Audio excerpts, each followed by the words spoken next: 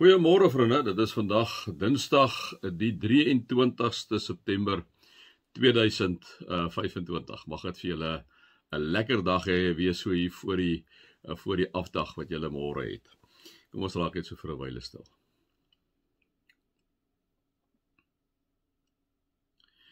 Heilige Gees, baie dankie dat ons weet U is altyd by ons.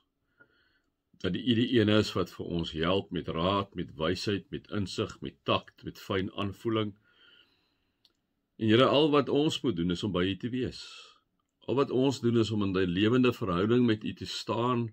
Here, om eintlik al hierdie ongelooflike wysheid en insig en takt en alles tot ons beskikking te hê. Wanneer ons by U ingeplak is soos 'n gewone prop by 'n muurprop waar daar krag is, dan stroom die krag deur ons, maar die feit is ons moet die prop inplak by die plak.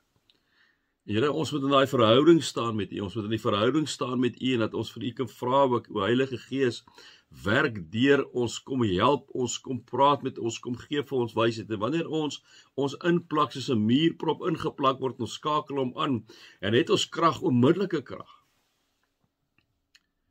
Maar ons moet wil hê, ons moet vir U kan vra, o Heilige Gees, om vir ons te help. En daarom kom vra ons vanoggend vir U, om vir ons ook te help in hierdie tye waarin ons leef, in ons huwelike, in ons verhoudings, in ons kerkgemeenskappe, in ons landsgemeenskappe, in die wêreldgemeenskappe. Here, help vir ons in hierdie tye waarin ons leef om te onderskei, om takt te hê, om fyn aanvoeling te hê, om te weet wanneer om wat vir iemand te sê, op so 'n manier dat ons nie iemand seermaak nie. Gee dat daar altyd by ons, as die Engelse sê, 'n kindness sal wees. Amen. Vriende, mag daar vir julle genade en vrede en oorvloed wees, met julle God ken, Jesus ken en die Heilige Gees ken. Ja, ons is so 'n klein bietjie, ons is nou tussen boeke. Galasiërs met julle gedoen, ons gaan nou die volgende boek, kies tog, gaan ons Efesiërs doen. So ek gaan vandag en môre nog gaan ek gou so tussen die boeke en ek so 'n bietjie iets anders met julle. Ek praat so 'n bietjie oor die woord met julle nou hierso uit Psalm 119 uit. En dan sal ek dan nou donderdag dan gaan ek aan met Efesiërs. Wat vir my so amazing is van Psalm 119 is hoe die psalmdigter ons die heeltyd herinner aan God se woord. Nou ons moet nou onthou, in daai tyd was dit mos hele woord, die Pentateeg basies gewees, was die 10 gebooie wat vir hulle voorop gestaan het, né? So baie van Psalm 119 se goed gaan oor die verordeninge en dit gaan oor die wet. En ek het ook al baie vir julle gesê, die verskil tussen die Ou en die Nuwe Testamente is dat ek en jy basies by God uitgekom het, liewe vriende, en 'n kind van hom was deurdat ons die wet onderhou, deurdat ons die wet onderhou. In die Nuwe Testament, God het gesien in die Ou Testament, hierdie manne en vroue se wiele val in totaliteit af, hy het hulle gestraf tot vervelings toe. Maar hulle wou nie luister nie, né? En ons ken die patroontjie van die Ou Testament, wat ek al by 'n paar geleenthede vir julle gesê het, is God kyk na sy volk, die volk voel 'n veer, sondig, bid aan 'n afgode, doen alles wat verkeerd is, God raak kwaad, God straf hulle ordentlik, en in die straf, die eerste oomblik wat hulle piep geluid maak, dat hulle jammer is, dan vergewe God hulle. En dan herhaal hy patroontjie maar net weer. En so in die Ou Testament was dit die patroon. Nuwe Testament, God, liewe vriende, hy het dit natuurlik al geweet, want God drie enig bestaan van die begin en voor die begin van die hemel en die aarde af, né? Dit is vir ons te groot, is te hoog vir ons begrip. Maar hy weet dit al geweet, daarom stuur hy vir Jesus Christus, sodat wanneer ek en jy in Jesus glo, ons die ewige lewe sal hê. Maar wanneer ons in Jesus glo, kom sterf Jesus in ons plek vir ons sondes. Sodat wanneer ek en jy in hom glo, ons kwytgeskeld is van enige sonde. Dit is die Nuwe Testament. So wanneer hy praat hier in Psalm 119 van die woord en van die wet en van die verordeninge, moet ons dit altyd dit onthou. Maar onthou ook, dit is nie asof dit nie meer bestaan nie. Dit is nie jou weg tot saligheid nou nie.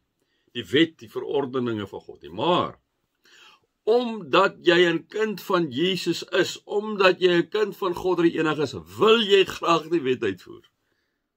Wil jy graag het? Natuurlik wil jy nie egbreek pleeg nie, steel nie, moord pleeg nie, al daai lelike goeders doen. En so kan ons nou aangaan, al die goeie, jy ken nou al die sleg goed. Maar omdat ons 'n kind van Jesus is, wil ons graag mos hy die goed doen wat hy vir ons sê wat belangrik is vir hom. Nommer 1 moet ons hom lief hê, nommer 2 moet ons naaste lief hê, soos wat Jesus hulle lief gehad het, sodat almal kan sien dat ons sy disippels is. Dit was nou waar. So net om die goed in konteks te sit. Dit is vir my so mooi hier Psalm 119, wanneer hy sê 130, wanneer u woord vir mense oopgaan, ekskuus tog vriende, wanneer u woord vir mense oopgaan, bring dit lig, dit gee insig aan die wat nog onervare is. Met my hele wese smag ek na u gebooie, verlang ek daarna. Kom sê die psalmdigter, né? Vriende, wanneer u woord vir mense oopgaan, en dit is belangrik vir my, ons nou oor die woord praat ons oor die Ou en die Nuwe Testament in ons konteks, né? Wanneer die woord vir mense oopgaan, vriende, maar die woord kan net vir jou oopgaan, wanneer ek en jy die woord bestudeer, wanneer ek en jy wandel in die woord, wanneer ons die woord bid. Ek het al baie vir julle gesê, mense vra maar, hoe praat die Here? Vriende, hy praat die hele tyd, praat nou met ons, hier met hierdie 3 versies. Ek en jy moet nooit die woord van die Here, van God op 'n afstand lees as toeskouer. Elke teks praat met jou. Hy gesels met jou. Natuurlik is daar kontekste, liewe vriende, maar ek het al baie vir julle gesê, wanneer ek die woord lees ek hom naïef. Ek probeer nie na die konteks te kyk. Wanneer ek met julle praat oor die goed, natuurlik moet ek verantwoordelik wees, want ek moet vir julle mos dat die goed om verduidelik en sê, maar hoorie, dit is die konteks, dis hoekom Paulus die brief geskryf het in Galasië soos ek nou gedoen het, dis hoekom hy die brief geskryf het in Efesiërs, dis hoekom, verstaan ek, hulle is net verantwoordelik, ek kan nou nie dit nie doen nie, né? Maar wanneer ek dit lees en sê ek, Here, wat wil u vir my sê uit hierdie gedeelte uit? En dan doen ek dit naïef. So wat ek uit hierdie gedeelte uitgaan en kry, lieve vriende, is dat ek en jy moet natuurlik die woord van God, vriende, bestudeer. Ons moet dit nie bestudeer soos 'n akademiese dokument, wat eintlik daar staan, en dit bedoel nie eintlik veel aan jou, is eintlik net inligting wat jy kry. Hierdie is 'n verhoudingsdokument. Wanneer ek en jy die woord van God bestudeer, wanneer ons lees, dan sê ons vir onsself, o Heilige Gees, wat kom sê u vir my?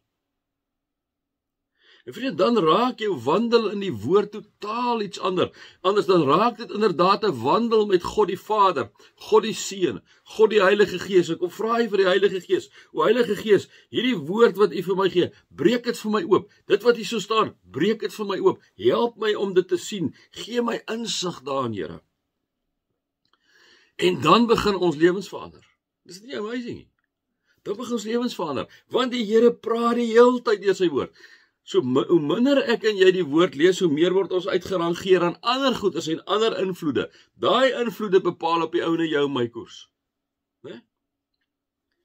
Dan gaan ander goed vir jou oop. Maar wanneer ek en jy die woord van God kyk, ek en jy is kinders van die Here om mee te begin. Kom praat God met jou en met my. Moet nooit enige illusie hoegenaamd daaroor hê.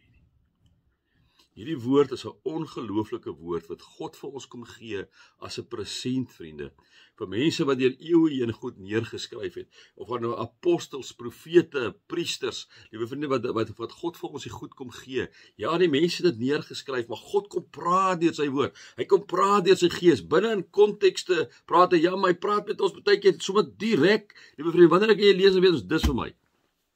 Dis vir my. Selfs as die konteks heeltemal en totaal iets anders is, né? Kom praat God met my. Wanneer u woord vir mense oopgaan, bring dit lig. Dit gee insig aan die wat nog onervare is. Amazing. My vysie. Mag julle God se liefde ervaar, sy genade en sy teenwoordigheid.